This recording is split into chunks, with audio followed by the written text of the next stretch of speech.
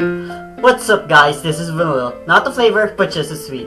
If you're watching this, then I'm pretty sure you've seen or heard Kotetsujo no Kabaneri or Kabaneri of the Iron Fortress. And if you have, I'm sure you've noticed some similarities between this show and the ever-famous Shingeki no Kyojin. Yes, there are similarities, but it's not exactly a rip-off of Attack on Titan. Rather, it is also similar to another series, which, in my opinion, has the best soundtrack ever. Guilty Crown!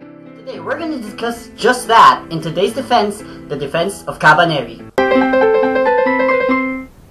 First, let's divide the elements in which we see in Kabaneri, in Guilty Crown, and Attack on Titan, and see how these shows resemble one another. So we'll be looking at the setting, the characters, threat, method, which will be discussed later, and the theme. Let's start off with the setting. Now, a lot of people compare the world of Kabaneri and Attack on Titan. But yes, we can see how humans live within walls in fear of monsters on the other side of the wall. But other than the wall, that's it.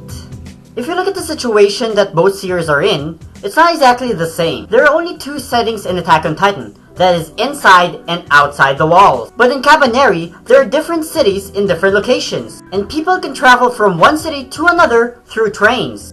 Like Attack on Titan, the people in Kabaneri aren't trapped inside walls. They can leave and enter as they please, but this comes as a price, as most people who leave either die or turned into a Kabaneri. What about Guilty Crown? Well, yeah, there are no walls or anything, but there's still the concept of being trapped inside a city.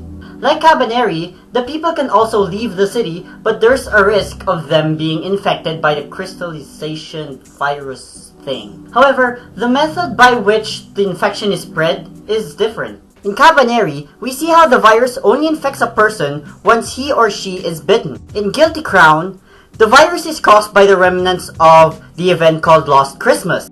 Something Attack on Titan doesn't have, because once you get bitten by a Titan, you die. Basically, Kabaneri and Guilty Crown have the virus outbreaks, while Attack on Titan simply have monsters which are out to get them. Next is the characters. Again, most people see Ikuma as just a copy of Eren Yeager. Well, I digress. While it's true that they have the same drive, that is to rid the world of monsters, despite being monsters themselves, their circumstances are different. Eren joins the military to get rid of the Titans, while Ikuma cooperated with the princess for the sake of her people. Also similar to when Shu from Guilty Crown joined the funeral parlor. At first, he was forced to join, but then he joined after learning the truth. From then on, he strived not just to fight, but to protect his comrade. Now that I think about it, maybe Guilty Crown has more similarities to Attack on Titan than I thought. Conspiracy perhaps? Moving on, now let's look at our heroine, Mume. She's strong, powerful, and almost undefeatable, like Mikasa. But again, their circumstances, or even drive, are different. Mikasa's drive is to protect Eren, while Mume's drive is to look after the Kotetsujo. The reason why Mikasa protects Eren in the first place is because they're, well, siblings. He's more like Ikuma's partner. Sound familiar? Yes, Inori from Guilty Crown also share the same responsibility. Not to mention, they were both created for the sole purpose of accomplishing a fine, dashing, long-haired protagonist's plan. No homo. Also, they're both kinda cute. Mikasa's hot, but not really cute.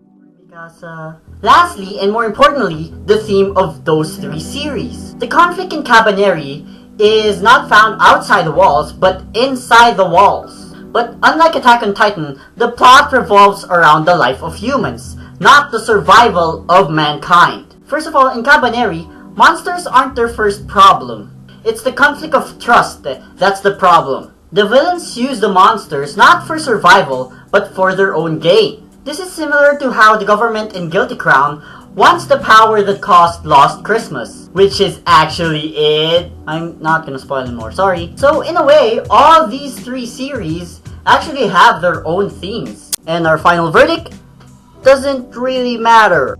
But what can we get from all this? Well, by analyzing these series, we actually see the differences in each of them. In short, just because a show is similar to another doesn't exactly mean it's a ripoff. Each series has its own twists and turns. It's not fair to say this show is just a ripoff of this show without actually looking at both ways. We should just learn to love and appreciate what it has to offer for us. I mean, isn't that why we watch anime in the first place? But what do you guys think? Is Kabaneri a copy of Attack on Titan and Guilty Crown, or does it bring something different on the table? Leave your answers in the comments below! Thanks for watching. Don't forget to like this video, and also please subscribe down there for more videos like this. Once again, this is vanilla, not the flavor, but just the sweet.